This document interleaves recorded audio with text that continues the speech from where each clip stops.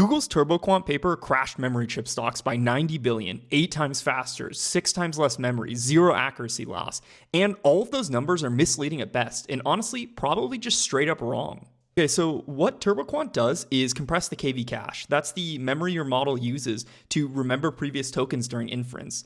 It does two things. First, before you compress vectors, you rotate them randomly. So normally, raw vectors have outliers in a few dimensions that carry a lot more weight than others, and so that makes compression very lossy. Rotating spreads the energy evenly, so now every dimension is equally compressible. And then after you compress, there's a small error left over. So they use a 1-bit sign to correct for the bias in reconstruction. This is genuinely a good idea, but here's the problem. The 8x speedup is compared to FP32. Nobody runs FP32. Even FP16 as a baseline is kind of flimsy, so cut the number in half at best. And it's only measuring one part of attention, not end-to-end inference. 6 times memory reduction for the KV cache only, not your model weights, not your activation, just one piece of the puzzle. And again, the baseline is a made-up, non-existent model.